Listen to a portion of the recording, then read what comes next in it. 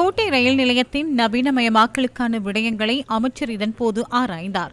அதற்கமைய தனியார் பஸ் நிலையத்தையும் இலங்கை போக்குவரத்து சபை பஸ் நிலையத்தையும் ஒன்றிணைப்பதன் மூலம் பொதுமக்களுக்கு பயன் தரும் வகையிலான போக்குவரத்து கட்டமைப்பை உருவாக்குவதே அமைச்சரின் இந்த விஜயத்தின் நோக்கமாகும்.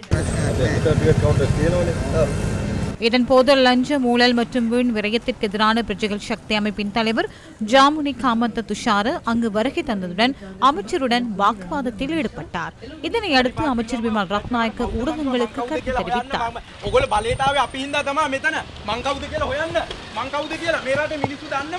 சட்டமா அதிபர் திணைக்களத்தின் செயற்பாடுகள் மற்றும் ஊழல்வாதிகளுக்கு தண்டனை வழங்குவது தொடர்பிலும் அமைச்சர் இதன்போது கருத்து தெரிவித்தார். 1.5 அல்லது 2 மாதங்களில் ஒரு பகுதியை ஆரம்பிக்க முடியும். ஒரு திட்டத்துக்கு அமையவே பணியாற்றுகின்றோம். மக்களின் கருத்துக்களை கேட்டறிந்து அதற்கு அமையவே செயற்படுகின்றோம். மக்களுக்காகவே சேவையாற்றுகின்றோம்.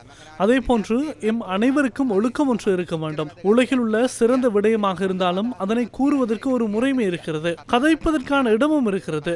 அவ்வாறு நேரம் பார்த்து ஒரு விடயத்தை செய்யாமல் இவ்வாறு நடந்து கொண்டால் எமது நோக்கத்தை சிறந்த முறையில் அடைய முடியாது. உண்மையில் கவலை அடைகின்றோம். சிறந்த அபிவிருத்தி திட்டங்களை முன்னெடுக்கும் போது ஏன் இவ்வாறு பதற்றம் அடைந்து செயற்படுகின்றார்கள் என்பது தெரியவில்லை.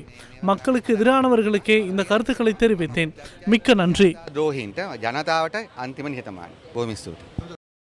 சட்டமா அதிபர் திணைக்களத்தின் செயற்பாடுகள் மற்றும் ஊழல்வாதிகளுக்கு தண்டனை வழங்குவது தொடர்பிலும் அமைச்சர் இதன்போது கருத்து தெரிவித்தார். ஊழல்வாதிகளுக்கு தண்டனை பெற்றுக் கொடுப்பதே மக்களின் ஆணையின் அபிலாஷையாகும். சட்டத்துக்கு அமையவே அவர்களுக்கு தண்டனை வழங்க வேண்டும். சட்டமாதிபர் திணைக்களம் அவரா அல்லது இவரா என்பது இங்கு பிரச்சனை இல்லை.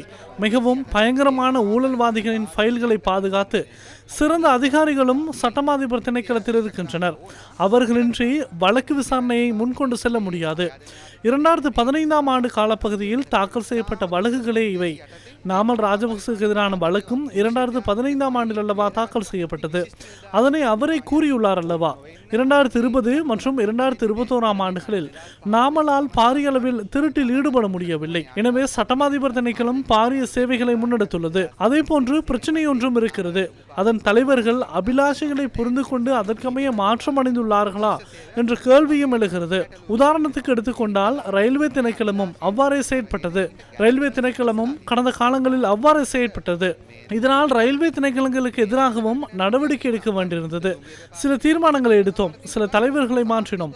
இவ்வாறு மாற்றுவதற்கு ஒரு முறைமை இருக்கிறது. அமைச்சர் அர்ஷன நாணயக்காரவுக்கு எதிராகவும் குற்றச்சாட்டுகள் முன்வைக்கப்படுகின்றன. அர்ஷன நாணயக்கார தேசிய மக்கள் சக்தியை உருவாக்குவதற்கு பங்களிப்பு நல்கிய சிரேஷ்டதொரு தலைவர். சட்டமாதிபருக்கு எதிராக அர்ஷன நாணயக்கார செயற்படுகின்றார் என யாராலும் கூற முடியாது. பைத்தியம். அவ்வாறு ஒன்றும் இல்லை. நாம் ஒரே அணி. ஹர்ஷன மிகவும் பழமிக்க ஒருவர். ஒரே சந்தர்ப்பத்தில் 5 ஜனாதிபதி சட்டத்தரணிகளையும் வழக்கில் ஆஜர்படுத்தும் இயலுமையும் அவருக்கு இருக்கிறது. பஸ்ஸிலுக்கு எதிரான வழக்கின் போது புதுக்கடையில் ஹோட்டல்களை முற்பதிவு செய்தே வழக்கு விசாரணைகள் முன்னெடுக்கப்பட்டன. அவ்வாறான பலம் மிக்கவர்களே அவர்கள். எனவே சற்று பதற்றம் அடைந்து ஊழல்வாதிகளுக்கு விடுதலை கிடைக்க வழிவகுக்க கூடாது.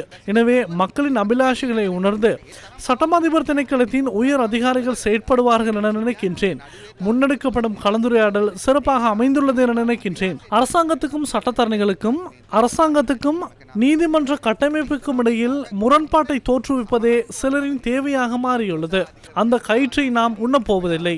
அரசியல் ரீதியில் நாம் முதிர்ச்சியானவர்கள்.